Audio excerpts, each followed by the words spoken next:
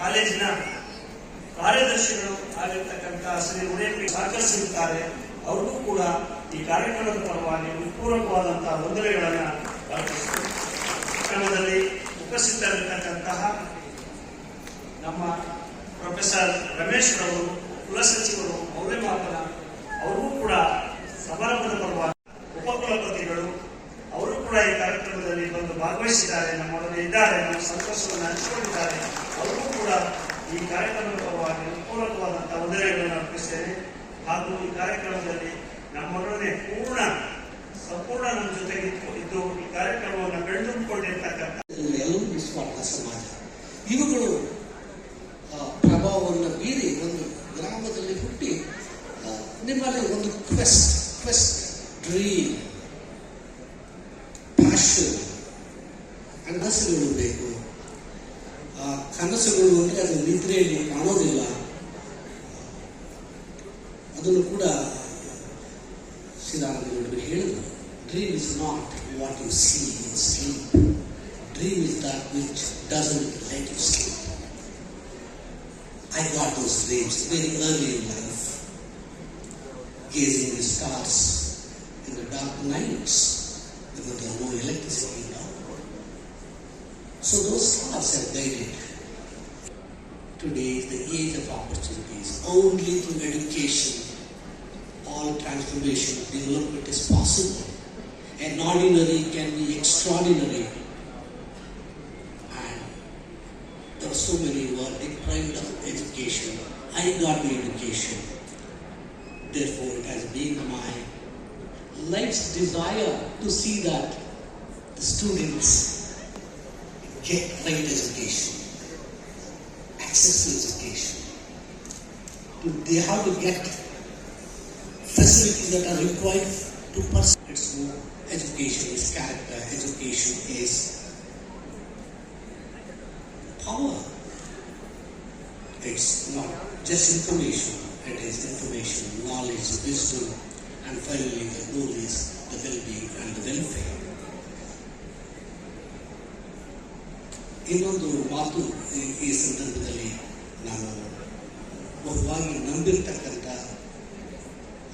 ಅತ್ಯಂತ ಅಮೂಲ್ಯವಾದಂಥ ಮಾತು ಉಡುಪಿ ಕೃಷ್ಣ ಅವರು ಹೇಳಿದರು, teachers are important and they are not shallow values. It is not just a moral teaching, it's beyond that. ಹಾಗಾಗಿ Dalai Lama Nobel prize winner of peace ಇವತ್ತಿನ ಸಮಾಜವನ್ನು observe ಮಾಡಿ ಟ್ವಿಟೀಸ್ ಒಂದು ಮಾತನ್ನು ಹೇಳ್ತಾರೆ. ಅದು ಕೂಡ ನಾನು ಭಾವಿಸ್ತೀನಿ ಈ ಸಂದರ್ಭದಲ್ಲಿ ಪ್ರಸ್ತುತ ಸಂಯೋಜಿತ ಕಾಲೇಜುಗಳ ದೊಡ್ಡ ಸಮುದಾಯ ಪ್ರಾಂಶುಪಾಲರಿದ್ದಾರೆ, ಅಧ್ಯಾಪಕರಿದ್ದಾರೆ, ಆಡಳಿತ ಮಂಡಳಿಯವರಿದ್ದಾರೆ. ಈ ವಿಶ್ವವಿದ್ಯಾಲಯದ ನಿಜವಾದ ಬೆನ್ನೆಲುಬು ಅದು ಕಾಲೇಜಸ್. ಶೈಕ್ಷಣಿಕವಾಗಿ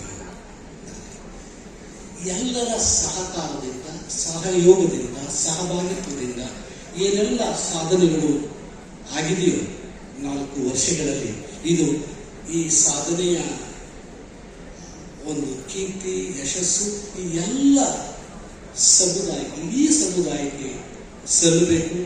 ನನಗಾಗಮಿಸಿದೆ ಈ ಒಂದು ಅವಕಾಶವನ್ನು ಮಾಡಿಕೊಟ್ಟ ಎಲ್ಲರಿಗೂ ನಾನು ಧನ್ಯವಾದಗಳನ್ನು ಅರ್ಪಿಸ್ತಾ, ನನ್ನ ವೃತ್ತಿ ಬದುಕಿನಲ್ಲಿ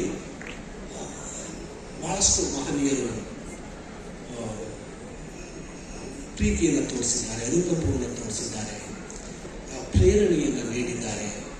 ಅವರೆಲ್ಲರನ್ನ ಮತ್ತೊಮ್ಮೆ ನಾನು ಸ್ಮರಿಸ್ತಾ ಈ ಒಂದು